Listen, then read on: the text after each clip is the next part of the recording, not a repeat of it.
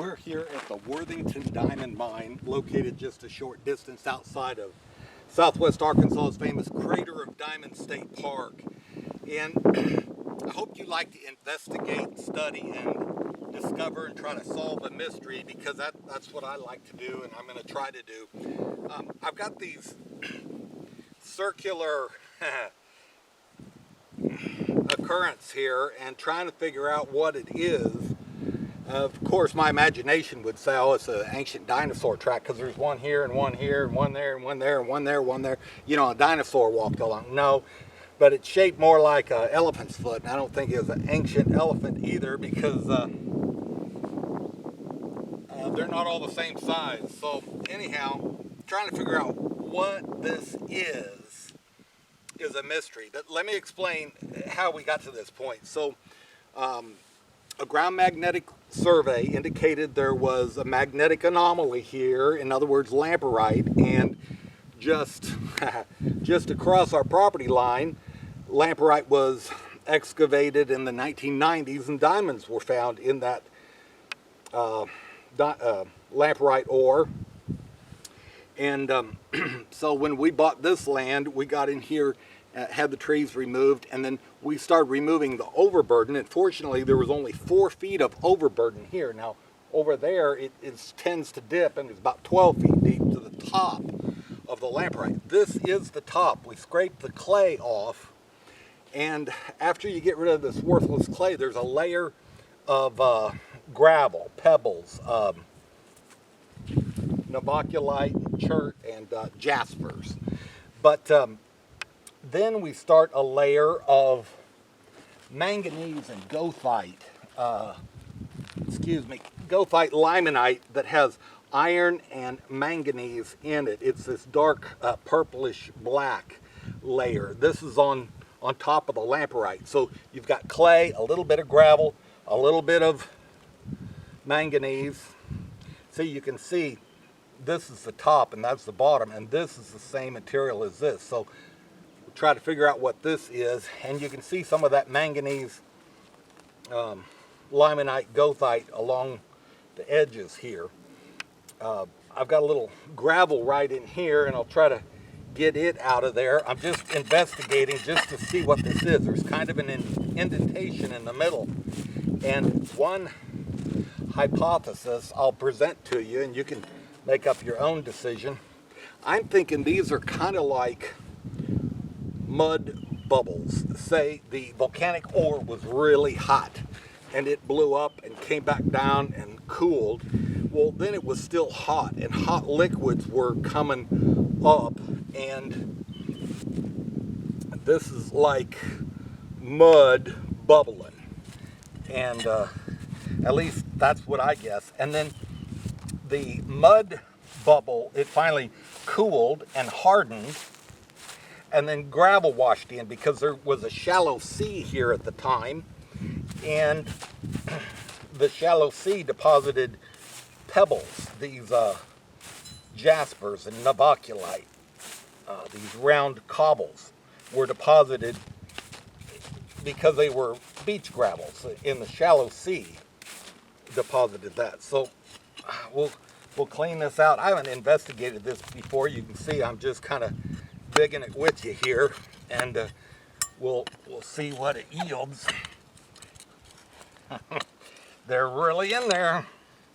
So there's a jasper, and I'm breaking up a little bit of that manganese. So what if this is a mud bubble? My hope is that, okay, when hot waters percolate out of the ground, you can have a void. Say there's a crack in the earth there, a bug, and you could have silica washed in there with the hot water, and that would make a quartz vein.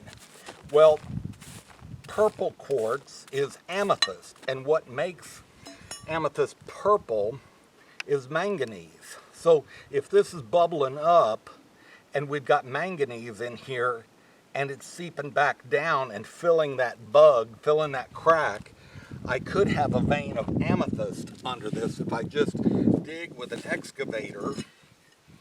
I'm not digging by hand with this. I mean, get in here with our excavator and dig and follow this down. I don't know how deep it would go. I don't know how big of a bug we might have. We might only have just a little crack with a little bit of amethyst in it, and I've seen that at the crater.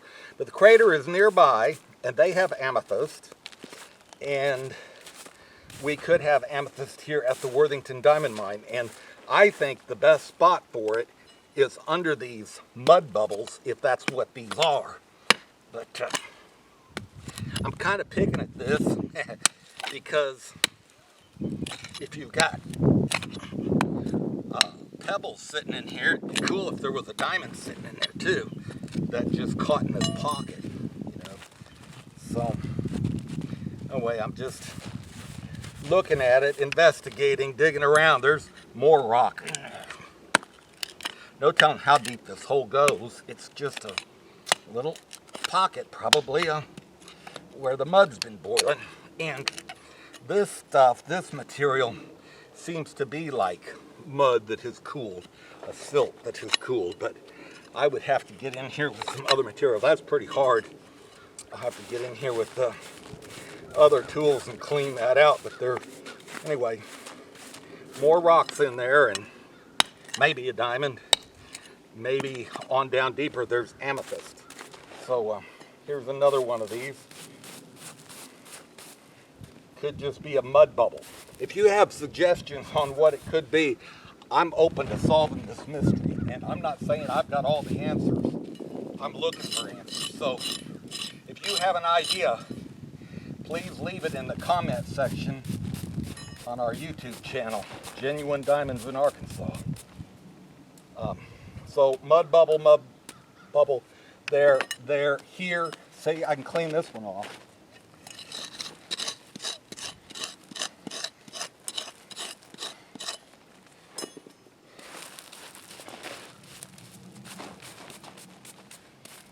So there's another one.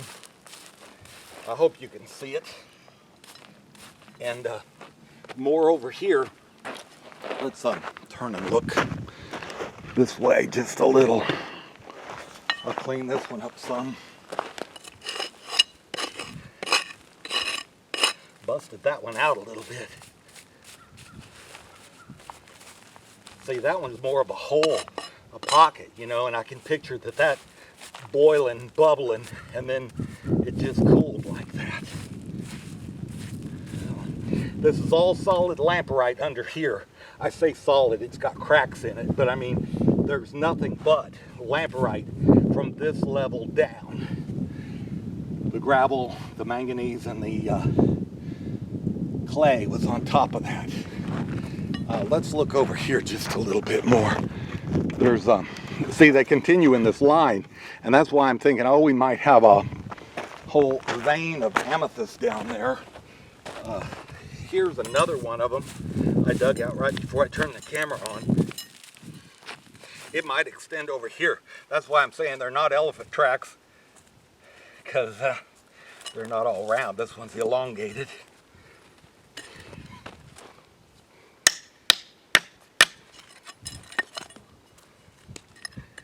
So somebody who knows more about geology than me, if you say, oh, I know what that is, they determined at another site it was such and such, let me know. I'd love to find out what this is for sure. But I'm thinking just mud bubbles that hardened. And right under these rocks I just pulled out, that's real black with that manganese. And I've got some cobbles in here. Let me pop them out if I can. Well, they're in there. But mud hardened. If I pop this one, then I might be able to get the other one. Just kind of an adventure to see what's here and what is it. But you can see those are a couple of rocks. just like I got these rocks out of here. See, all these came out of there, and that's still even black from being in contact with that manganese. But anyhow, I would love to find an amethyst vein here. Purple quartz, that's pretty neat stuff. I found some at the Crater of Diamonds, and like I say, it's right nearby, and the geology is the same here as it is nearby at the park, so I think this is going to pop out. Oh yeah, there it is. Papa. See, that's a big jasper. Jasper the friendly rock. So, and now there's other rocks beside it there and other rocks here, but this is pretty hard stuff, whatever it is. Maybe used to have been mud, but it's turned to rock since then. And we got a little bit over here as well, another mud bubble. So anyway, cool stuff. I could get some more rocks out of here. See how hard that is? Not only is the jasper hard, but the rock that's holding it is hard.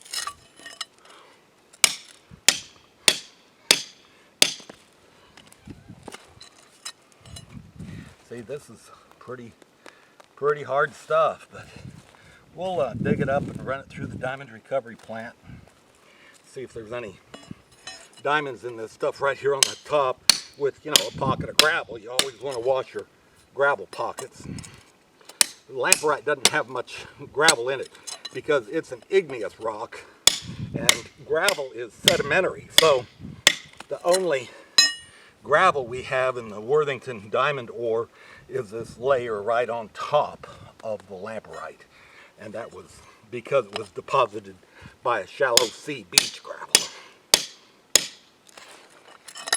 Okay, I'll quit digging and playing with the rocks, but anyway, that's what we got. And thank you for joining me as we investigated this these mud bubbles here at the Worthington Diamond Mine.